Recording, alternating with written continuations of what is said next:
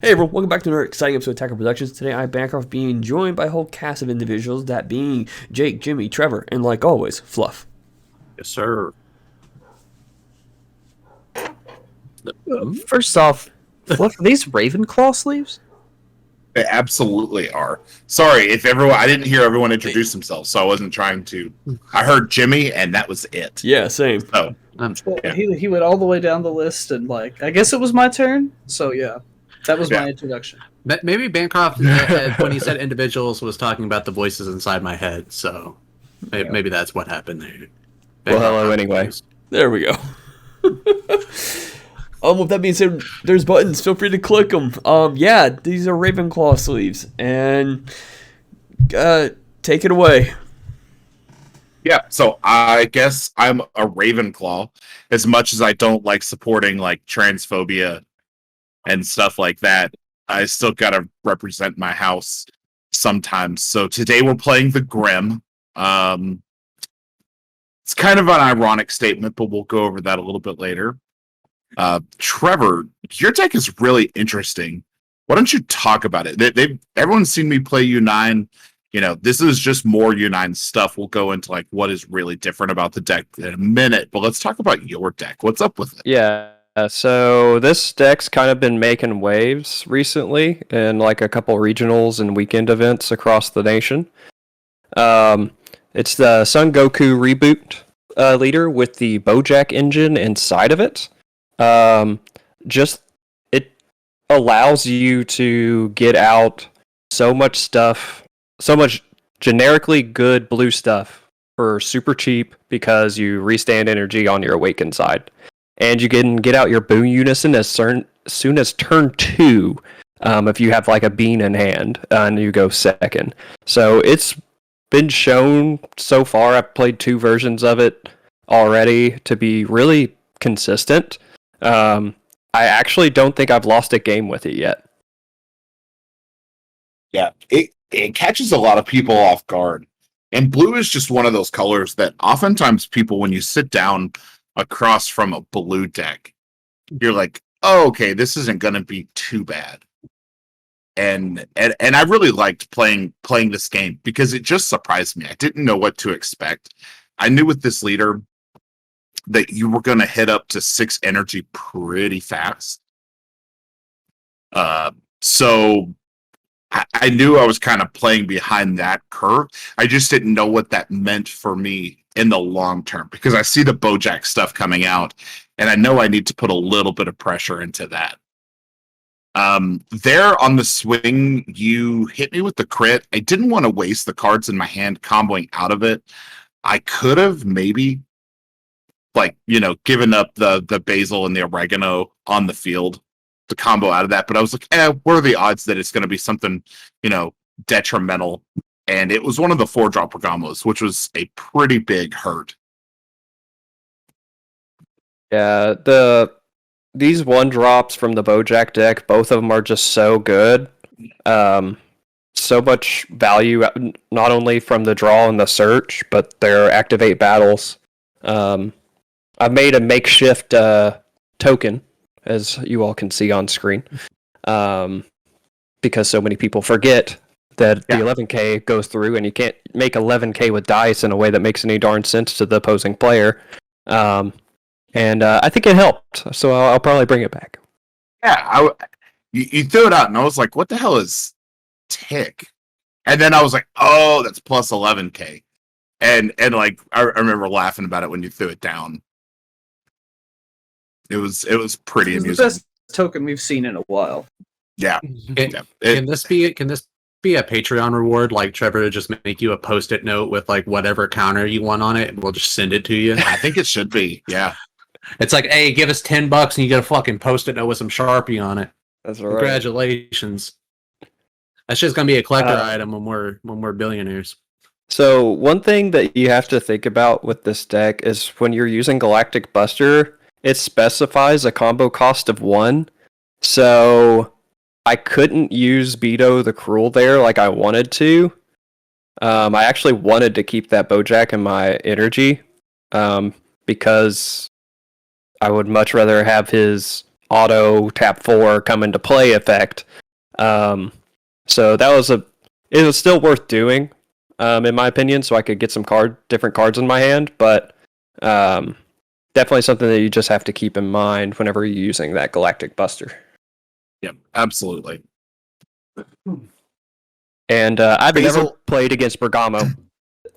Honestly, any of the decks I played against this night, I've not played against. So all of this was brand new information for me because I've been away from the shop for the past month. So it was really fun playing against something that I've, at one point in time, was thinking about building when it first got reprinted, but never got around to doing. Bergamo is actually really good, and it's really aggro in a lot of instances where you wouldn't expect it to be. So it's really cool because the leader gives all Universe 9 no specified cost. So you can tap a blue energy to play out the 1-drop Basil. You can pay blue energy to play yellow cards. You can play yellow to play blue cards. Now, I do try to run this as mono yellow as mono blue as possible, but there are some yellow cards, and I think there are some differences that I'm going to make to the deck. Like, I'm testing out the rows in this one, and by row, I mean the old Tournament of Power row. So it's a 3-drop that lets you look at the top 2, and then you can charge any number of U9 off of the top of the deck that you see into your energy. So it's a theoretical with the Bergamo ace on the field. It's a 2 energy, potentially charge 2 off the top of the deck. The biggest problem is I resolved row probably 7 times in this event, and I saw 1 blue Universe 9 card the entire night. So I either need to change the super combo that I'm using, or I need to take the rows out. In our matchup, you resolved a row, and off the top, I think it was a D Magic and the yellow 4-drop, the Lavender Venomous Fist. Yep. And I was super impressed because I was like, I played U9 back in Tournament of Power when that dropped, and of course we didn't have all these super dope U9 cards. And Row was like the MVP of the deck, and I never noticed that you could just charge any color Universe 9. Yeah. I thought that was super dope, and you're like, oh, but I run the Vegeta super combo and it turns off my super combos. I was like, yeah, it kind of sucks, doesn't it? Yeah, I really need to change the super combo. The only thing that I really like about that Vegeta super combo is it lets you bottom deck a card. So if I want to put one of the blue dogs into the bottom of my deck, I can. Mhm. That's the only reason that I really like that combo. But Row is so good, and you'll see here, I think I reveal... Oh. Some asshole had to trunks it. Yeah. So I just awaken, and I'm going to do it again. So Actually, you don't do it this turn. You don't do it again right away. You play something else. I think, don't I play a Comfrey and then drop the row off the Comfrey? That might be the case. No, you don't play row again this turn if I'm correct. Oh, okay. I do something else here. I expected you to, but you didn't. I think one of the problems is I need... So I wanted to get that energy off so I could play the 4-drop in my hand after I awakened. That Ready to is rumble. gross. Yeah. Oh, and just so everybody knows, the reason this deck's so consistent is you untap 1 off Majin Buu's activate main ±0. You untap 3 off your leaders on this side, so you go into the opponent's turn every turn with 4 open energy. Yeah. Assuming they aren't playing those silver bullets, which is what, if this deck continues topping in events, those silver bullets are becoming more and more apparent and more used, and this deck's just gonna get no longer played. And was that Baby Hatch I just saw go to the bottom? It was. So that's why I said you didn't. 'Cause I knew you didn't charge, so I guess I No. forgot that you played it. Right. I said I resolved row 7 times and I hit 1 target the entire night. Like, it was the Grim, but it wasn't the Grim for my opponent. It was for me. Oh no! Like, And also, I don't know if anyone was watching what was happening in my hand here. I played the oregano with the leader's skill. I bottom decked a Bergamo and like the yellow Bergamo. And the whole idea is that next turn I'll be able to play a yellow Bergamo and grab the 4-drop Bergamo and a Basil out of deck. That's the plan. Let's see how it goes. The one thing that is really strong to me, and sorry, I'll let Trevor take it back after this. SS3 is so fragile in the early turns, but then gets so big and so hard to overcome once it starts moving, because that Vegeta is just a tap 6 draw 4 blocker that is an effective 3 cost for you, because you're just going to restand 3 energy at the end of the turn. So it's essentially 3 energy to restand your entire, or to draw 4. Yeah, and if you have the Boo Unison, it's actually essentially a 2 because you restand 1 from him as well. Yep. Trevor, I'm surprised at just how this deck is. It's blue, Majin Buu is included, it has heavy control elements. You took to this like a fish to water, my friend. Yeah, as soon as I saw the list and understood more about how it actually played, it just really clicked. I got to use all of my favorite blue cards that I'd, try and use in other stuff. I've not thrown Boo in it yet, but it's something I'm still heavily considering trying one weekend just because I can. Well, you got the Buu Unison, even if you can't. Oh, yeah, but I want to play the 1-drop into the 7-drop Boo any chance I get. So, and I'll basically be playing it for free because, untap 4 at the end of the turn. So even if he gets counterplayed, which is his only real weakness, it's not like I actually lose that much momentum, because something I found with this deck is fitting pieces in that I want to play on my turn that can stick. So I've got a couple changes I want to make to it that I can play more on my turn as opposed to exclusively the opponent's turn, which is the original version of the deck that I tried, which worked, but like I said, it felt like I was wasting my turn at that point. So fitting in a few pieces outside of the Boo Unison that I can play. I think your turn should be all about boarding that 6-drop Vegeta, boarding your Unisons. You flashed your hand a minute ago and you had the Murichim. Mm-hmm. So Murichim, a Booney, those are the types of things that you want to be throwing out in your turn. But I played a version of this deck before the Bojack and Boo Unison were out, and it legitimately, in most games, stayed around a 16 to 20 card hand count after you awakened. By about turn 3, once you got to 6 energy, your hand size just shot through the roof.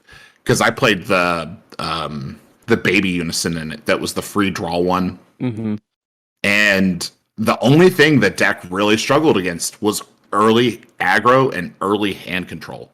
So if you could survive like Red Brawly's turn 2, then you would be all right then. Mm-hmm.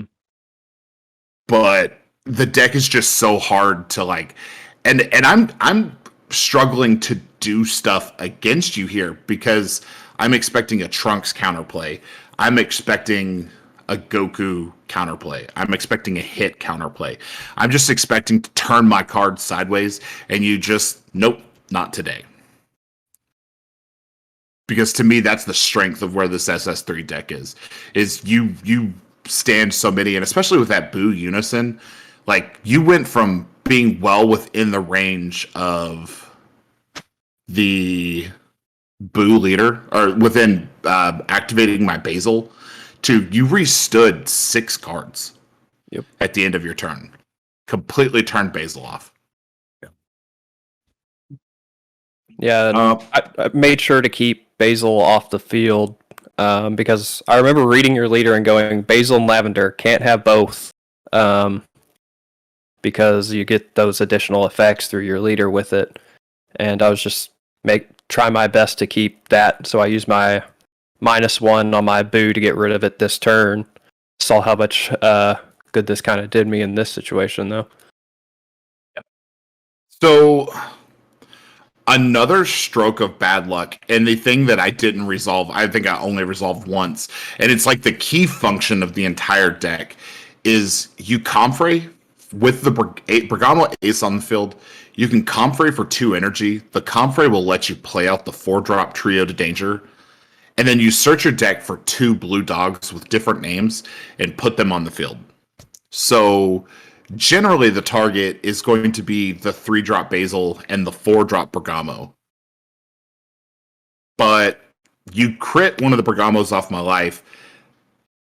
I think at the beginning of this turn, I drew the other one of the Bergamos, so it's sitting in my hand, and I'm assuming there's another one in my life.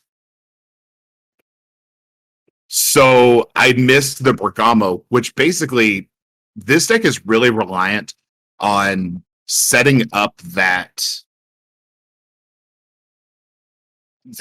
kind of Bergamo lock where you turn 2 Bergamos sideways and then your opponent's cards can't attack because they're under the effects of both. And I do run stuff like you've seen Baby Hatch, and I run some defensive cards, but nowhere near as defensive as your deck. And, your deck is designed to go to 6 energy immediately and then make whatever play your deck wants to play by then. Yep. So I know that I am in trouble. Just for not having that, I am in a lot of trouble.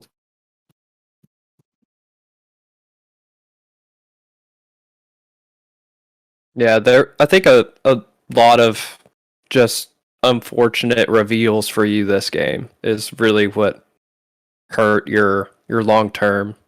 That was the theme of the night for this deck. And go on. No, continue. I was going to say that was kind of the theme of the night for this deck. I mean, I've featured a version of this deck on the channel before where it spit like 14 battle cards on the field for 4 energy type of thing. And it just happens sometimes. You can't really help it. I've got to work with what I've got. I've got to play the game the way that I've got to play it.